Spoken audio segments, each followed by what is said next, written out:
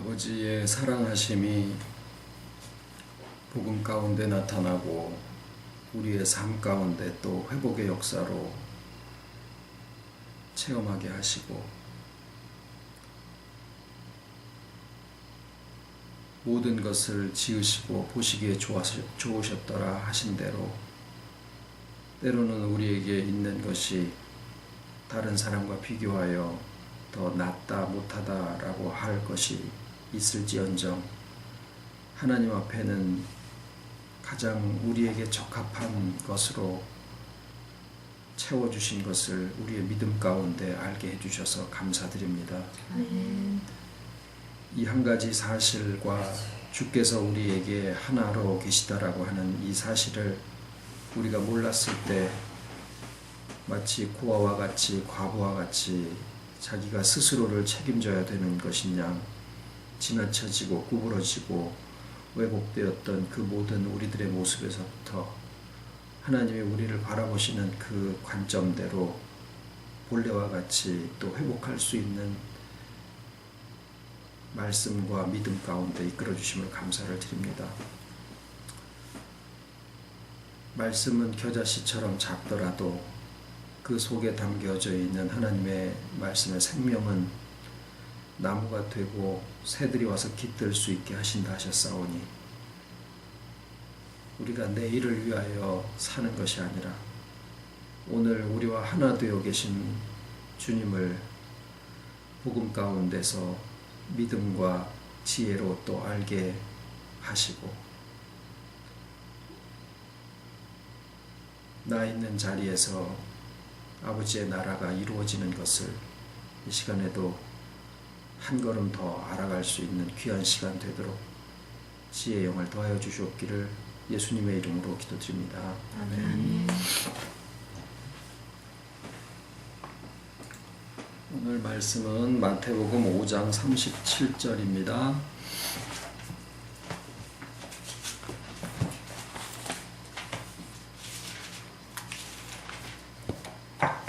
오직 너희 말은 옳다 아니라 하라. 이에서 지나는 것은 악으로 쫓아나느니라.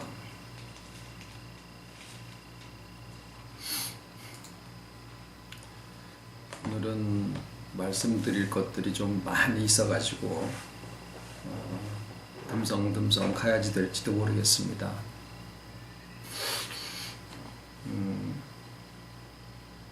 하나님이 우리에게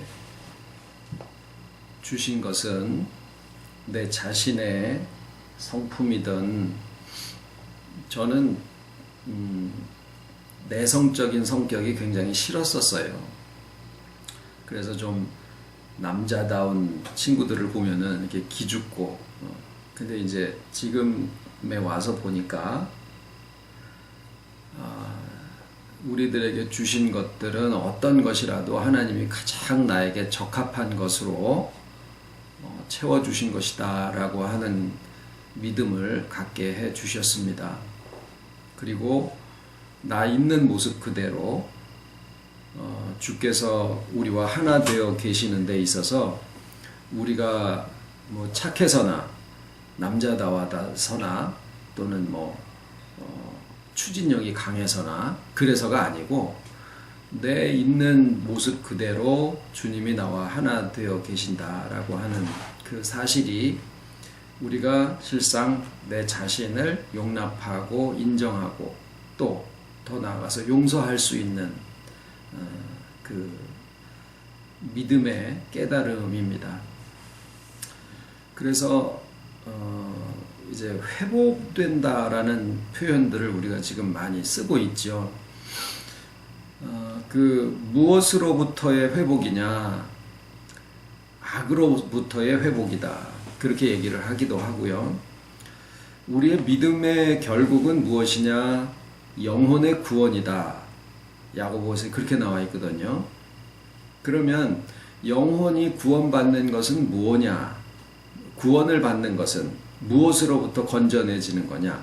음부의 권세다. 그 음부의 권세가 모든 죄를 생산해내는 곳이에요. 근데 그 근본이 우리의 영이 죽어 있다라는 사실에서부터 나오는 거거든요. 그래서 주님이 우리와 하나 되어 계신다라고 하는 사실은 그 음부의 근원이 이게 자체가 해결이 되어졌다라는 얘기예요. 그리고 그것이 우리의 영혼으로 이제 점점 나타나게 되죠. 그러니까 근본이 해결되니까 근본이 무너졌을 때 생겨지는 여러 가지 삐뚤어진 상황들, 그게 지나쳐지면 악이 되고 행동으로 나타나 버리면 그게 죄가 되고 생각이나 성품 속에서 나오죠. 그래서 더 깊은 데서부터 죄가 생산돼 나오다 보니까 내가 겉으로 드러난 죄를 찾아서 회개하고 다시 안 그러겠습니다. 그런데 그 다음날 가서 또 죄 짓게 되고 예수님이 내 죄를 다 사해 주셨습니다. 근데 그 다음에 또 죄 짓고 이런 게 왜 그러느냐? 우리의 영이 죽어 있었던 데서부터 그 음부의 권세가 만들어 놓은 그 성품 속에서 우리가 태어나서 살고 자라고 숨쉬고 생각하기 때문에 그래요. 지금 회복은 근본이 어디서부터냐? 주님이 우리와 하나 되어 계시다라고 하는 사실에서부터 시작이 되는 겁니다. 그래서 이제 쭉 오다 보니까 이제는 궁금증이 하나 생깁니다. 뭔 궁금증이 생기냐면 도대체 자기다움이 뭐요? 이렇게 물어보게 되더라라는 거예요. 하도 목사가 설교 시간마다 이제는 회복을 얘기하다가 그 다음 단원으로 넘어갔는지 요새는 맨 자기다움을 얘기를 하더라고 말이에요. 그래서 저한테 묻습니다.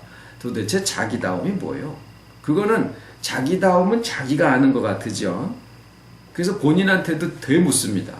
나다움이 뭐예요? 옆에 있는 사람한테도 묻습니다. 본인다움이 뭐예요? 답이 안 나와요.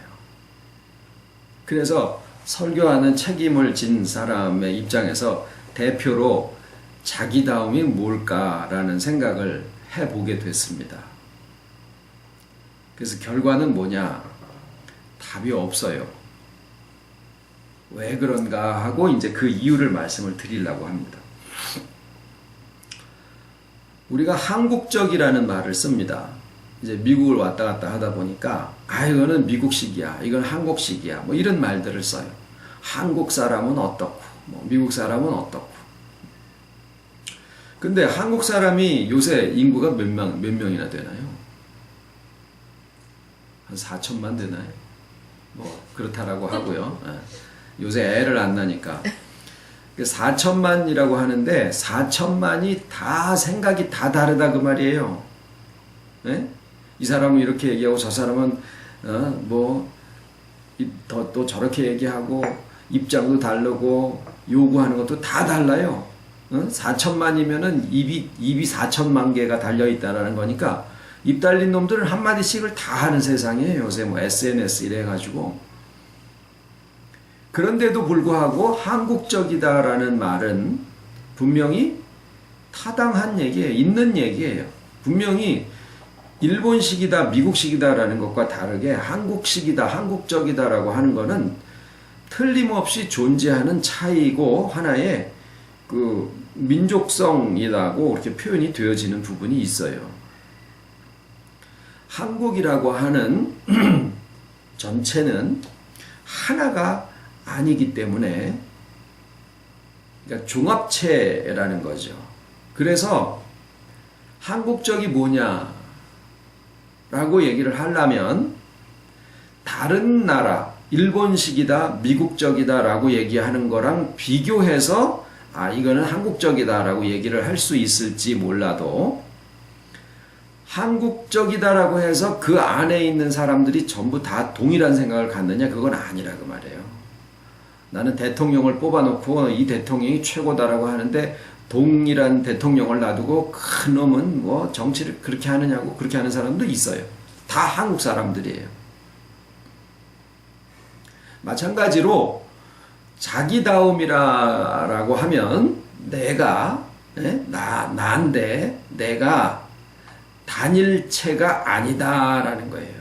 이게 집합이에요. 집합. 한번 생각해 보시죠.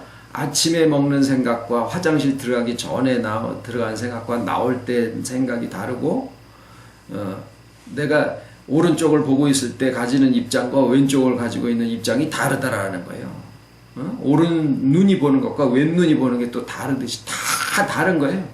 시간에 따라서, 상황에 따라서, 내 몸의 컨디션에 따라서 그게 다 난데, 나를 구성하고 있는 요소가 무지하게 많은 하나의 종합체. 그러니까 대한민국 이런 것처럼 나도 하나의 나라예요, 나라. 그러니 내 안에 있는 것이 어떤 것이다라고 딱 집어서 얘기할 수가 없지요. 그런데도 불구하고 한국적이다라는 것은 존재하는 것처럼 나다움이라고 하는 것은 분명히 존재하는데, 딱 규정을 해서 요게 나다운 거다. 나는 빨간색을 좋아해. 그러면 나는 맨날 빨간색만 좋아해야 되나요? 아니라고요. 시퍼런 것도 한번 보고 싶을 때가 있다 그 말이에요. 얼큰한 거를 좋아하지만 새콤달콤한 거를 먹고 싶을 때도 있다 그 말이에요. 둘 다 나예요. 그러니까 자기다움이 뭐냐? 이거는 어떤 한 가지를 놓고 이게 나다움이다라고 얘기할 수가 없다라는 거고, 그러면 반대로 한국적인 게 뭐냐라고 할 때 미국적인 거에 다른 점, 뭐 톱질을 하는데 우리는 땡기고 그 사람들은 밀고 뭐 이런 차이라든가, 숫자를 셀 때 우리는 하나 둘 셋 넷 이렇게 세는데 그 사람들은 뭐 이렇게 하고 이렇게 하고 이렇게 하고 뭐 이런 식의 어떤 차이, 이게 저 사람들이랑 비교해서 이게 한국적이구나 이렇게 하듯이, 우리가 자기다움이라는 것을 생각을 하려면 역으로 자기답지 못한 것을 빼면은 그게 자기다움이다라고 생각할 수 있죠. 그 어떤 것들이 있을까요? 자기답지 않은 거. 이건 나답지 않은 일이에요. 이런 거 있을 수 있죠.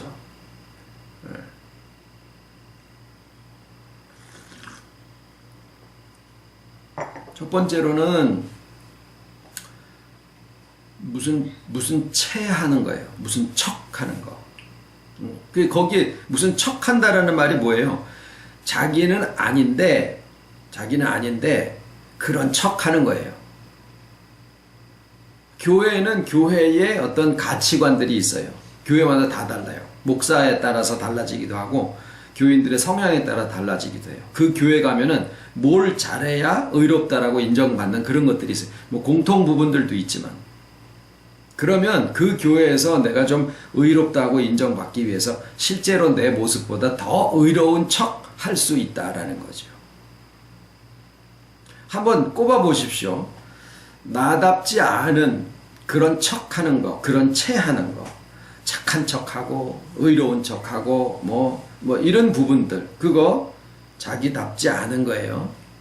자, 우리가 지금 이런 말씀을 드리는 것은 그냥 사람들이 모여도 그냥 자기 있는 대로 막 아무렇게나 다 해봐라. 그러면 그것이 꼭 자기다운 거냐? 그거는 물론 아닙니다. 어쨌거나 지금 이런 말씀을 드리는데 따지고 묻지 마시고 자기다움이 뭘까라는 것을 같이 고민하는 끝에 이런 제안을 드리는 거니까 따지지 마시고 자기에게 한번 적용을 해서 자기다움 가운데 거하시기를 바라는 마음에 이런 말씀을 드리는 거예요. 왜냐하면은요, 몸이 다 병든 데가 나으면 그 몸에 대해서 더 이상 신경이 안 가서 그게 나한테 달려있나 안 달려있나 모르듯이 사람이 다 자기다워지면은요, 자기로부터 자유로워지거든요. 말씀이 우리에게 자유를 주시는 건데, 지금까지는 우리가 내 자신을 버려서 자유로워지는 것이라고 생각을 하고 자꾸 내가 원하는 것들을 이렇게 부인하고 뽑아버리고 죽이는 쪽에다가 신앙생활의 목표를 뒀었어요. 근데 지금 우리가 알게 해주신 이 하나의 원리는 뭐냐면, 오히려 주님이 나를 만나 주실 때, 내 장점, 단점을 보고 나를 만나 주신 게 아니에요. 뭐 중심 하나 보시고 택해 주시, 이게 아니라 내가 아주 멍청하고 있을 때도 주님이 나를 택해 주실 수도 있는 거더라라는 거예요. 그러니까 주님이 나를 만나 주실 때는 내 어떤 그러면 내 단점은 그러면은 하나님 앞에 주님 앞에 아유 그냥 팽개쳐지는 거냐? 그게 아니라 나 있는 모습 그대로 다 머리끝에서부터 발끝까지 다 있는 그대로의 모습을 그냥 인정하시고 그게 다 나에게 필요한 거다라고 믿음도 주시고 그래서 나를 만나서 하나가 되어주시는 거거든요. 그러면 주님이 나를 그렇게 있는 모습 그대로 받아주시는데 나는 어떻게 하고 있었냐면 나 자신을 미워하고 내가 싫다 그러고 그래서 더 의로운 척하고 그러다 보니까 무리가 생기고 지나쳐지고 이렇게 되더라라는 거죠. 그러니까 지금은 오히려 역으로 원리가 뭐냐면 물에서 뜨려면은요, 물에서 수영할 때 물에서 떠오르려면 몸에 힘을 주고 물 위에 떠오르려고 막 바둥거려서 뜨는 게 아니라 몸에 힘을 쫙 빼면은 몸이 붕 하고 뜹니다. 그러듯이 내 몸에서부터 이 아픈 어떤 것들을 다 뽑아 버려야지만 거기서부터 자유로워지는 게 아니라 그게 그냥 다 나아서 제대로 회복이 되어져서 원래 내 모습대로가 되면은 거기에 신경이 안 간다라는 거예요.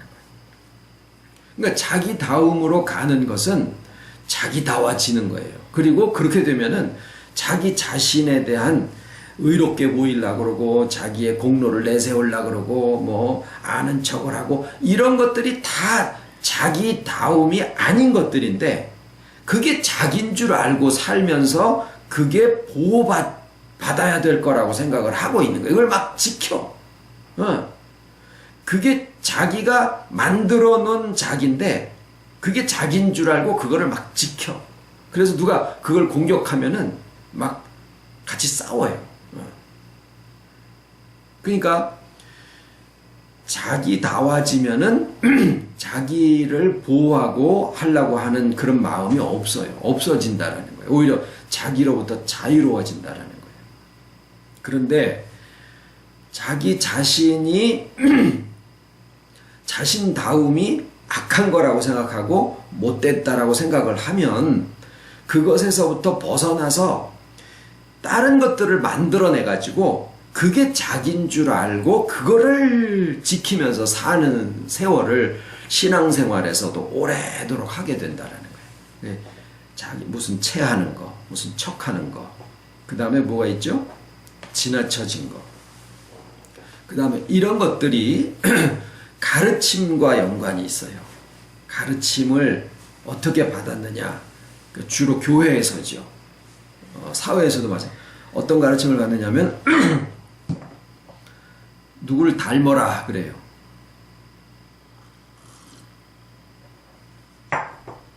어떤 분이랑 얘기를 했는데 성경에 있는 모든 분들한테 다 배울 점이 있어요. 누구는 뭐가 좋고 누구는 뭐가 좋고 그리고 누구는 그냥 그 사람은 다 좋은 것 같은데 하나 그냥 단점이 있다고. 그래서 그 사람을 하나의 교과서로 삼아서 오늘은 아브라함을 교과서로 해서 내가 뭘 배울 걸 배우고 또 고칠 걸 고치고 이렇게 하고 그 다음에는 베드로를 통해서 뭘 배우고 뭘 고치고 이러고 간다고 그러는데 말이죠. 일시적입니다. 성경을 보는 시각은요. 그 사람에게서부터 무엇을 배우라고 해서 우리한테 그 인물들이 등장한 게 아니고 우리가 살아가는 삶은 훨씬 더 복잡해요. 그리고 훨씬 더 다양한 경우들을 많이 접하게 되거든요. 물론 성경도 굉장히 다양하죠. 근데 예수님이 하신 사역만 해도 하늘과 땅에 둘 곳이 없다라고 하셨는데 우리가 살아가는 삶의 모든 케이스를 다 성경에서 케이스를 찾아가지고 어떻게 이때는 어떻게 하고 밥 먹을 때 내가 몇 숟갈을 먹어야 되나 잠은 몇 시간을 자는 게 적당한가 이런 걸 다 만약에 성경에 찾으려고 그러면은 다 못 찾아요. 진짜 우리가 이 일생 동안에 살아가는 모든 경우를 성경에 다 찾으려고 그러면 성경 자체가 세상에 놔둘 곳이 없을 정도로 방대한 양이 돼야 돼요. 성경을 읽는 용도는 그게 아니라 그 등장인물들을 통해서 하나님이 나에게 어떤 섭리를 보여주시느냐라는 하나님을 만나라고 아브라함이 등장을 하는 거예요. 다윗이 등장을 하는 거고 보아스가 등장을 하는 거고 그런 거예요. 아브라함에게 주신 약속이 보아스 때에 성취가 돼서 완성된 거는 다윗 왕 때 완성되는 거예요. 그러니까 보아스하고 다윗 왕이 증조 할아버지, 증손자 이런 관계만이 아니라 아브라함에게 주신 약속이 보아스 때 이루어져서 완성된 것은 다윗 왕 때였구나. 그러면 거기서 뭘 보냐면 하나님의 약속을 주시고 그것이 성취돼가는 하나의 구속사적인 관점 이런 것들을 우리가 보게 되고 오늘날 우리에게까지 하나님의 약속이 어떻게 성취되느냐 이런 것들을 우리가 바로 보게 된다는 거예요. 그러니까 하나님을 내가 만나는 하나의 장이지 아브라함과 보아스를 만나는 게 아니라는 거예요. 그러면 최소한 하나님의 뜻대로 다 한 사람은 좀 나와줬어야 되는데 없어요. 사무엘이 그런가 하고 보니까 사무엘도 아니에요.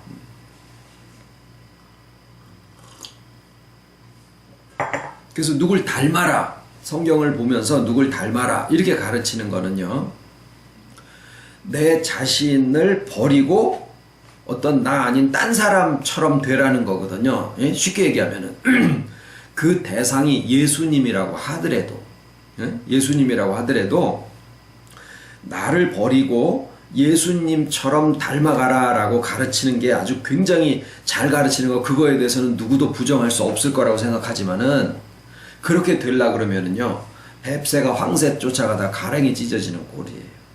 끝없이 정죄감 속에 시달릴 수밖에 없는 상황이 돼요. 왜? 내가 어떻게 주님을 닮아? 만약에 어떤 사람이 주님을 다 닮았다 그래봐요. 자기가 다 없어지고 주님화 됐어요. 그러면은 진짜 큰 문제가 생길 수도 있지 않을까 싶어요. 그 사람이 아니야. 마치 무슨 하나님처럼 신성화되고 우상 숭배의 대상이 될지도 모르죠. 예수님은 없고 제2의 예수님이 등장하게 되면은요 엄청 난리 나는 거 아니겠습니까? 그러니까 우리는 하나님이 각자 다 자신에게 가장 적합한 것들을 모아서 나를 만들어 주셨는데 그 나다움으로 돌아가는 지나쳐진 것, 나에 대한 잘못된 가르침 이런 것으로부터 나 자신으로 돌아가는데 여기에 이제 지금 가르침 얘기가 나왔으니까 두 번째 주제로 들어갑니다. 그러면 이제 첫 번째는 자신다움이 뭐요 이거였었고 그 다음에 두 번째는 예수 믿는 게 뭐요 이거예요. 예수 믿는 게 뭐요. 자, 예수 믿으신 지 30년 어떤 분은 50년 70년 다 그러신 분들 앞에 참 목사가 웃기게도 예수 믿는 게 뭐요 라고 질문을 합니다. 제가 말씀을 드릴게요. 이제 믿는 사람들이 가지고 있는 예수 믿는 게 뭐요에 대한 답은 한 5가지 정도로 요약이 될 수가 있어요. 5가지가 하여튼 어떤 것들이냐면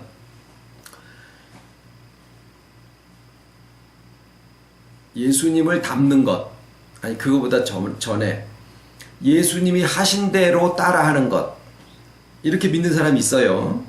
두 번째로 예수님을 닮는 것 그거 성품 이런 것일 수도 있겠죠. 인격, 성품 그런 거.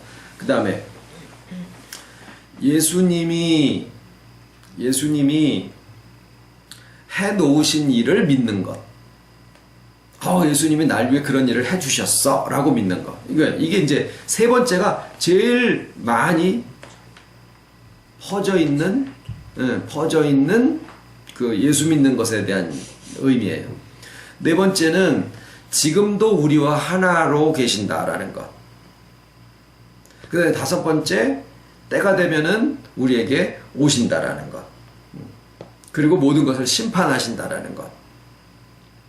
그리고 영원히 우리와 함께 하신다. 뭐 이런 식으로 예수 믿는 것에 대한 의미가 지금 이 5가지 혹은 6가지 정도의 의미로 다 이렇게 요약되어질 수 있거든요. 한번 살펴볼 필요가 있습니다. 우선 4번째, 주님이 지금도 우리와 함께 계시다라고 하는 것과 장차 오신다라고 하는 것은 병립되어질 수 있는 게 아니에요. 논리적으로.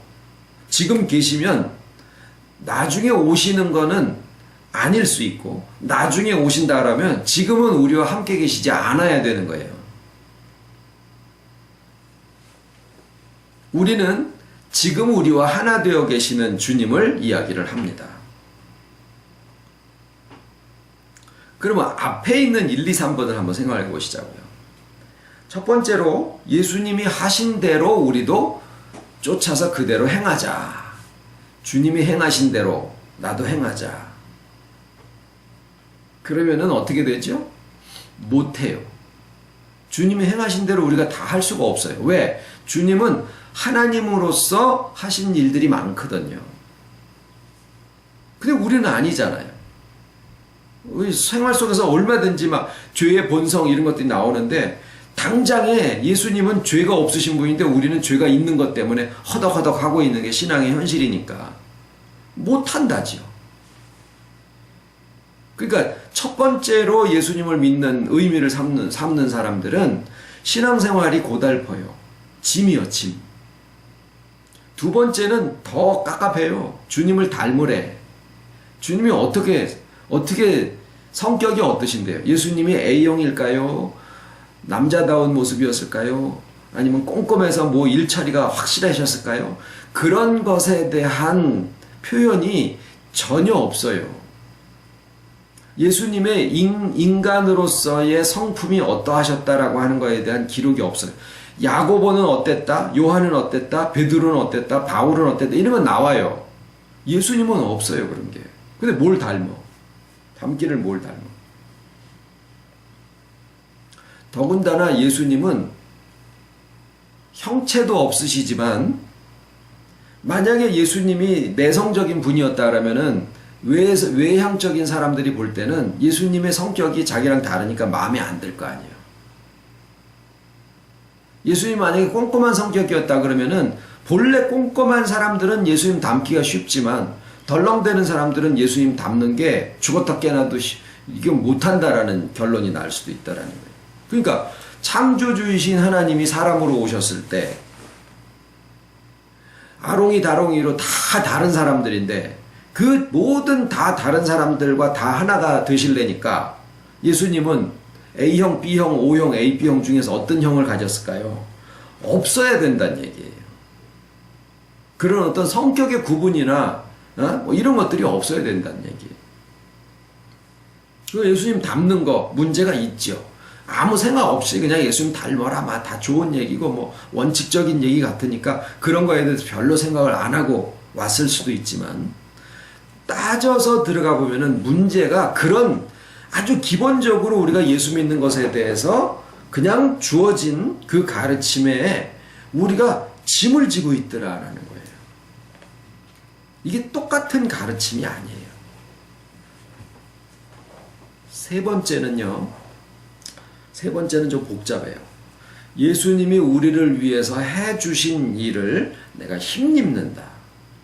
예수 공로 힘입어 우리가 구원을 받았다. 예수 공로 힘입어 하나님의 자녀가 되었다. 예수 공로 힘입어 죄사함을 받고 의롭다함을 얻고 새 생명을 얻었다. 이렇게 되죠. 이것에 만약에 토를 달고 어떤 다른 해석을 할라 치면은 신학자들이 벌떼같이 달려들지도 몰라요. 근데 그 예수님이 우리에게 해주신 공로를 또다시 신학적인 여러 가지 해석 중에서 3가지로 얘기를 한다 그러면, 첫 번째는 죄를 사해 주신 것, 두 번째는 의롭다 하신 것, 세 번째는 새로운 생명을 주신 것, 이런 정도로 요약이 될 수가 있어요. 그런데 거기서 이제 한 가지 더 들어가요. 죄사함이 뭘까? 왜 이게 물어봐야 되느냐면, 예수님이 내 죄를 사해 주셨는데 내가 할 일은 뭐냐면 믿음과 회개라고 우리가 가르침을 받거든요. 회개에 문제가 생겨요. 왜? 내가 확실하게 아는 죄에 대해서는 회개를 하지만 모르는 것들이 되게 많고, 그 다음에 또 한 가지 문제는 회개를 했는데 그 다음에 죄를 또 계속 생산해내고 있는 공장이 내 안에 있다라는 거예요. 그러니까 예수님이 내 죄를 사해 주셨다라고 하는 그 부분이 나의 신앙을 온전히 다 해결해 주지 못하고 있는 부분이 발견되는 거예요. 그렇게만 얘기를 하면 예수님이 나를 위해서 해주신 공로를 우리가 힘입는 거다라고 믿고 있으면 죄사함에 대해서 문제가 생겨요. 근본적인 해결이 안 된다라는 거. 회개도 근본적으로 다 하지 못한다라는 거. 죄를 자꾸 생산해낸다라는 거. 이런 문제가 죄 문제에서 걸리고, 그 다음에 의롭다 하는 부분에 있어서는요. 의롭다 하는 부분에 있어서는 뭐가 의지? 라고 묻잖아요. 이렇게 묻는 사람들이 별로 없어요. 그냥 사죄, 칭의, 새생명 이러면 땡. 근데 이제 좀 깝깝한 사람들은 묻지요. 그 의롭다함이 뭐요? 어떻게 해서 의로워지는 거요? 라고 묻잖아요. 그러면 성경을 좀 배웠으니까 믿음이 의요. 그럼 뭘 믿어? 예수님이 나를 의롭게 해주신 거를 믿어. 뭐가 은데? 믿음이 의요. 그럼 계속 쳇바퀴 돌아가는 거예요, 이게.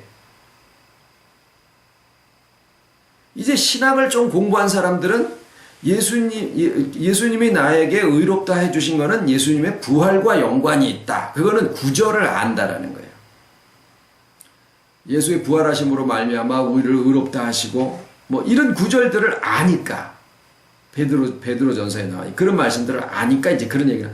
그게 어떻게 해서 예수님의 부활을 믿으면은, 예수님의 죽으심을 믿으면은 죄사함이고 부활을 믿으면은 의롭다 함인가? 좀 이상한 것 같은데 그렇다니까 뭐 그런가 보다, 이런 거예요. 새 생명 부분에 가서나 이제 지금 우리가 이해하는 말씀이랑 조금 비슷해요. 왜냐하면 새 생명은 주님이 우리와 하나 되신다라는 것과 연관이 있다. 예수님의 부활하심과 연관이 있다. 이렇게 얘기를 해요. 자, 그런데 이제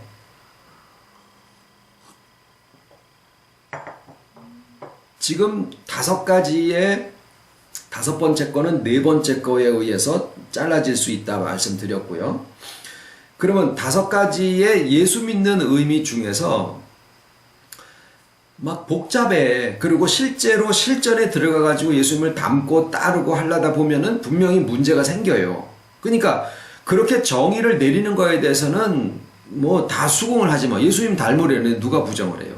그런데 그거를 실제로 내가 하려다 보니까 실제로 문제가 생겨지더라라는 거예요. 오히려 그 가르침 때문에 신앙이 짐이 되어버리더라라는 거죠. 자, 이런 것들을 다 싹 정리를 하고 한 가지로 예수 믿는 것이 뭐냐? 그것은요, 과거의 예수님을 믿는 것도 아니고 미래의 예수님도 아니고 뭐예요? 현재의 예수님과의 상관관계예요. 이거는 마음에 들지요?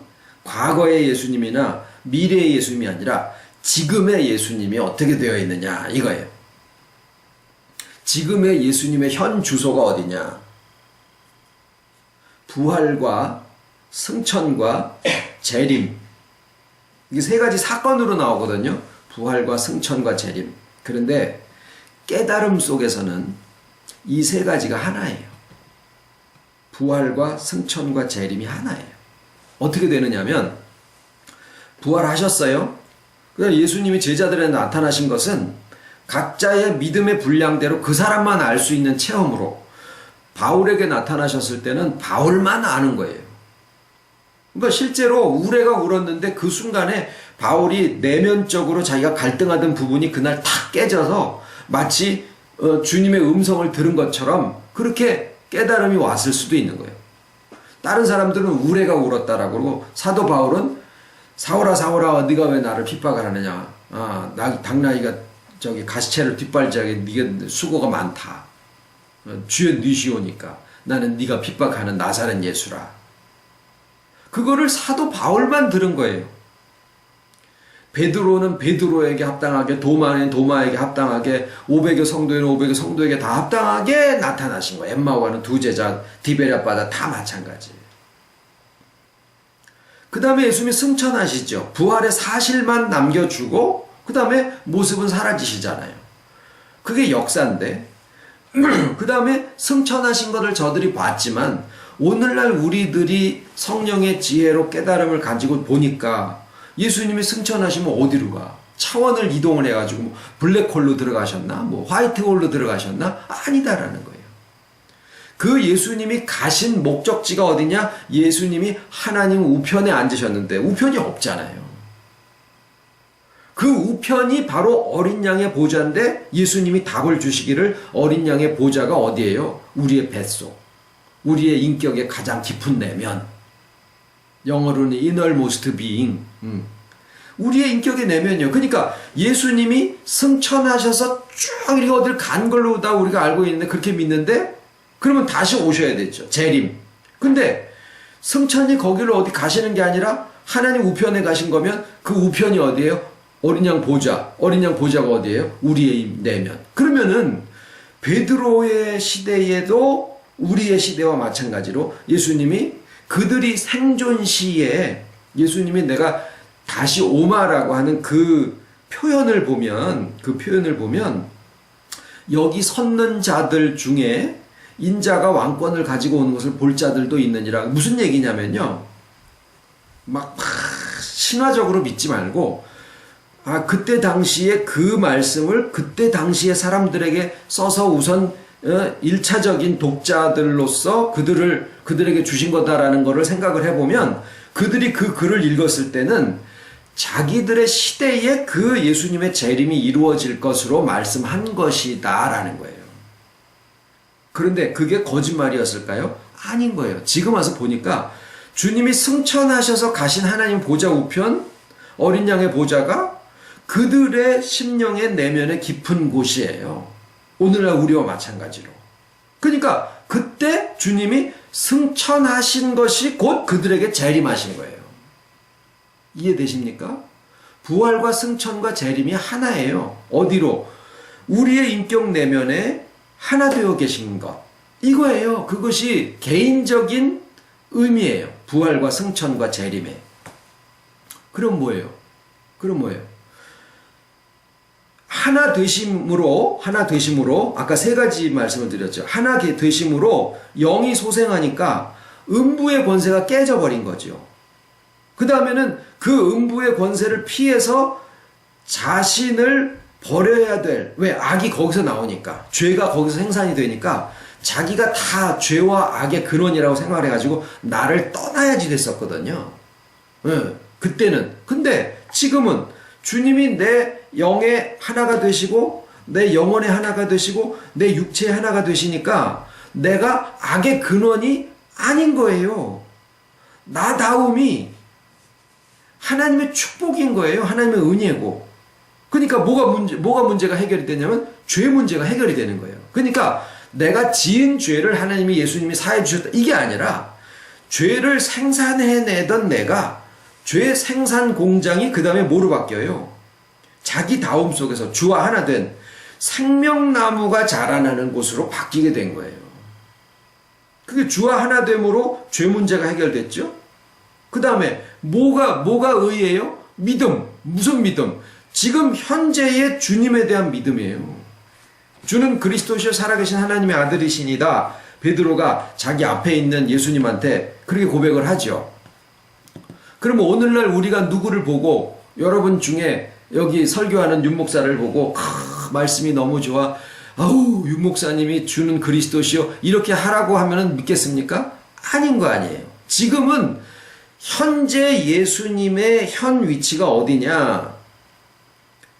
우리의 인격 내면에 하나 되어 계신 거기가 주님의 현 주소예요. 그것을 믿는 것. 그것을 믿는 것이 뭐예요? 의예요. 그게 의예요. 그래서 죄 문제 해결됐죠? 의 문제 해결됐죠. 그 다음에 하나 되어 계심으로써 영생에 이르는 열매가 여기서 맺어지고, 그 다음에 내가 그 영생의 열매를 이르는 열매를 따먹을 수 있게 되고, 그게 생명나무의 열매를 따먹는 거예요. 그러니까 뭐가 해결됩니까? 새 생명 문제가 해결되는 거 아니에요. 주, 곧 하나님과 하나됨으로 생명 문제가 해결돼요. 예수님이 십자가에서 피를 땅에다가 다 쏟으심으로, 양을 잡을 때, 소를 잡을 때, 비둘기를 잡을 때 피를 다 땅에 쏟음으로, 그 피가 하나님의 생명을 상징하고 땅이 우리의 인격을 상징을 하는데, 그 피를 다 땅에 쏟음으로 하나님의 생명이 우리에게 오심으로써, 그게 뭐예요? 주와 하나 됩니다라는 표시예요. 사죄, 칭의, 새 생명 다 주와 하나 됨으로 다 되는 거지. 그렇게 됐을 때에 나는 뭐예요? 자기다움이다라는 거예요. 그게 자기다움이라는 거예요. 악다구니처럼 나 아닌 내가 어떻게 되려고 하고 이거는 꼭 해야 돼, 이런 게 아니다라는 거예요. 하나님이 사람을 만드실 때 다 장점과 단점이 있게 만드셨고, 12이라는 숫자가 충만인데 성경에 12과 관계된 것들을 다 살펴보면은 뭐가 하나 다 빠져요. 12 제자 중에 하나가 빠져요. 12 지파 중에 하나가 빠져요. 12 바구니에 꽉 차게 걷었는데 보니까 부스러기들만 꽉 차 있어. 다 뭔가 부족한 것들이에요. 우리는 부족한 것들을 갖고 있는데도 충족하다라는 거예요. 완벽할 때 충만한 게 아니라, 내 아닌 어떤 경지에 올라서 충만한 게 아니라, 지금의 이거보다 피아노를 잘 치게 되거나 붕붕 날아다니거나 영어를 펄펄 잘하거나 이게 아니라, 나 있는 그대로, 모자란 건 모자란 대로, 잘난 건 잘난 대로의 나 모습인데 그 모습이 충족하다라는 거죠. 그게 12이에요. 빠진, 뭔가가 빠진 충만. 하나님이 우리를 그렇게 만들어 놓으셨어요. 완벽하면은 자기 자랑밖에 안 해요. 그러니까 너무 완벽하게 하려고 하지 마시라 그 말이에요. 완벽한 거는 악이 거기서 나와. 아까 뭐라 그랬습니까? 너희 말은 얘는 얘, 아니면 아니. 나 이거는 손에 장을 지죠. 이거는 절대로 이거는 아니야. 다 거짓말이에요. 다 거짓말이에요. 나는 평생 한 번도 이거 안 해본 적이 없어. 굉장히 악한 사람이에요. 하나님의 창조의 섭리는 좀 허술한 것 같은 그런 가운데서 충족하다. 그렇다고 나는 지금은요, 우리가 인간이 전적 부패지만 허물과 죄로 죽었던 너희를 살리셨도다. 에베소 2장 1절. 하지만 지금은요, 악의 근본이었었던 우리를 주님이 하나가 되심으로 악 생산 공장이 이제는 생명나무가 자라는 그런 동산으로 바뀌었기 때문에 지금은 내가 나를 미워할 필요가 없는 거예요. 내가 문제가 아닌 거예요. 주와 하나 되었다라는 사실 자체가 문제인 거죠.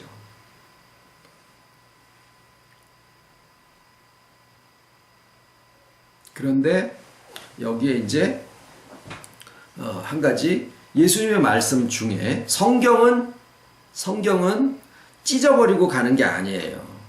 어떤 부분에서 문제가 오해가 생겼다고 해가지고 그 부분은 찢어버리고 하면은 성경 전체를 놓고 우리에게 구속을 이루게 하시는 아버지의 섭리 중에 뭔가 이렇게 푹 빠지는 거예요.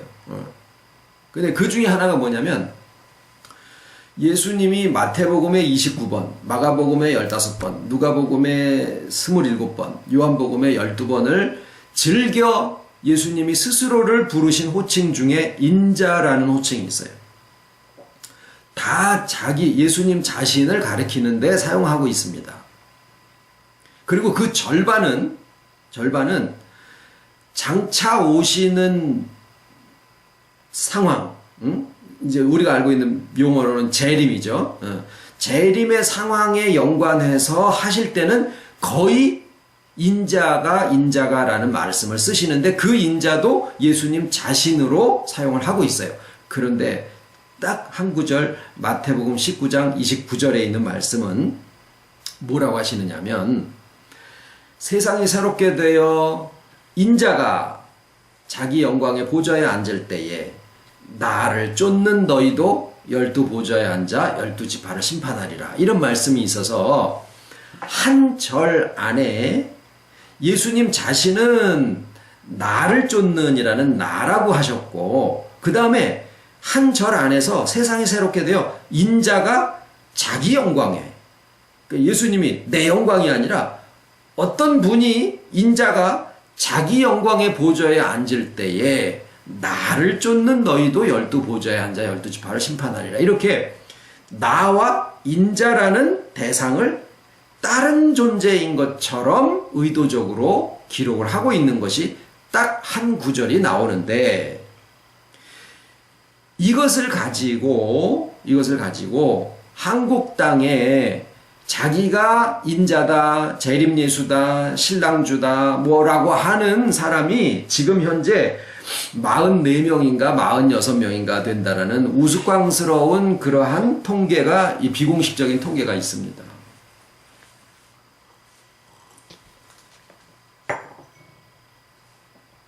그분도 예수님인데 왜 나라는 예수님의 호칭과 인자라는 이 호칭을 마치 다른 이인 것처럼 그렇게 했느냐. 그리고 또 한 가지는 하나의 용도가 있어요. 용도. 뭐냐면 모세가 광야에서 뱀을 든 것과 같이 인자도 들려야 하리라 라는 거예요.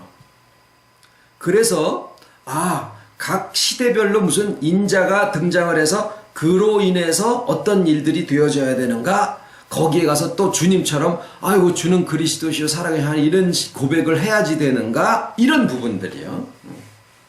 근데 이제 그것에 어떤 사람들이 놀래가지고 아이코 인자라는 용어 자체를 쓰면 안 되는가 보다라고 하면 마태복음의 27, 29절, 누가복음의 몇 절 해가지고 그 많은 한 100여, 7, 80절 정도 되는 거를 찢어버리는 결과가 돼요. 마음속에서. 성경을 들고 찢는 사람이 없겠지만 자기 마음속에서 이건 아니야 라고 해버리면 그 부분에 대해서 성경이 그렇게 기록을 하고 있는데 그 부분을 제해놓고 믿게 되는 거예요. 그래서 우리가 이 부분을 정리를 좀 하고 가는 게 좋습니다. 어떻게 돼야 되냐면 주님이 2000년 전에 인자라고 말씀을 하실 때 그때 당시에 예수님 자신인데, 지금은 아까 말씀드린 대로 현 주소가 어디냐? 현 주소가 우리 각자들에게 오셔서 인격의 내면에 하나가 되시는데, 이 소식을 누군가가 전하게 돼 있어요. 한 사람이 아니라는 거예요. 누군가가 전하게 돼 있는데, 왜? 하나님은 항상 사람을 통해서 하시니까. 그래서 인자의 믿음에는 세 가지가 포함이 되어 있습니다. 하나는 예수님. 어떤 예수님이냐면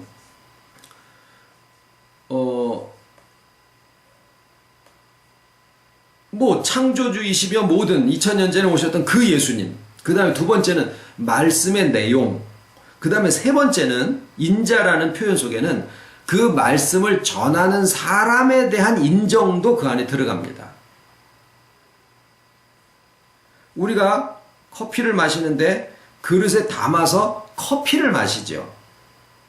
그런데 여기에서 머물러 버리면 컵이 있어야 그릇에다가 커피를 담아서 커피를 마시잖아요. 우리와 하나 되시는 분은 주님이시지 그 말씀을 전하는 사람이 아닌데, 그 전하는 사람을 통해서 말씀이 전달이 되다 보니까 그 사람이 그러면은 예수님을 전달해 주는 거냐? 그건 아니에요.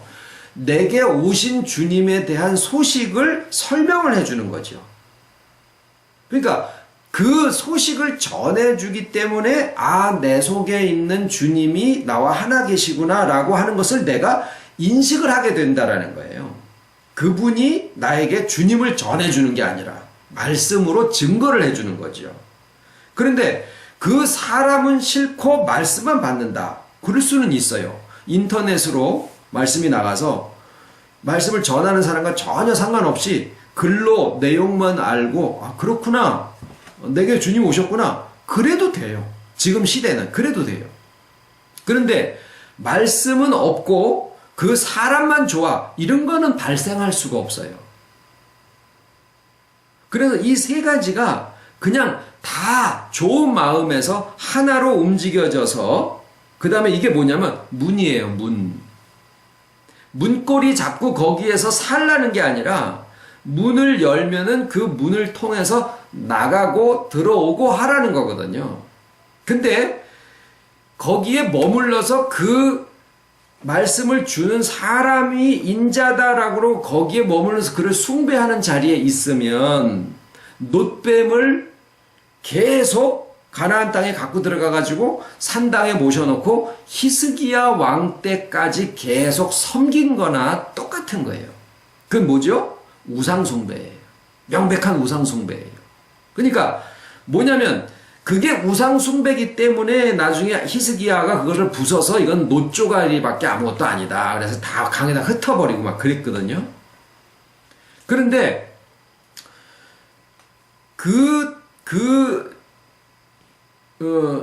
문고리를 잡고 거기에 머물러 있다 보면은 그게 우상숭배가 되는 거지. 그렇다고 해서 인자의 세계는 모조리 우상숭배다. 이렇게 해버리면은 말씀을 전하는 사람은 팽개쳐버리고 말씀만이고 주님만이야. 이러면은 커피를 타가지고 커피숍에 가가지고 커피 한 잔을 시켰는데 그릇 없이 커피만 주세요. 그러면은 저쪽에서 커피를 타가지고 받으세요. 그러고 커피를 갖다가 휙 던져. 그러면 입으로 받아먹나? 그런 거나 똑같은 거예요. 지나칠 것은 없다라는 거죠. 그래서 우리가 이것까지도 정확하게 말씀에서 우리에게 주시는 그 부분을 딱 띄어서 내 것으로 삼으면은 자기에게 큰 유익이 있다라는 거예요. 그러면은 이렇게 되면은 그 다음에는 뭐로 나가냐면요. 전도사로 나가요. 전도사. 세상에 이런 말이 있습니다. 코끼리를 냉장고에 넣는 방법이 뭐냐? 냉장고 연다, 코끼리를 넣는다, 문을 닫는다. 이게 농담이고 교회에서는 뭐라 그러냐면 전도사 시킨다. 이게 답이에요. 왜냐면은 교회 전도사가 그만큼 3D 중에 하나요. 월급은 박하지 하는 일은 많지 막 빡세게 막 별걸 다 시켜요. 막 청소에서부터 신방에서부터 막 설교 다 시켜요. 그리고 쥐꼬리만큼 월급 준다고요. 근데 그거는 이제 세상에서의 얘기고 이 세계에서 전도, 말씀을 증거한다, 말씀을 전한다, 뭐 신방 간다 이 얘기가 아니라 뭐냐면은 저도 전도사예요. 왜냐하면 도를 전한 말씀을 증거하는 사람이다. 말로 증거하고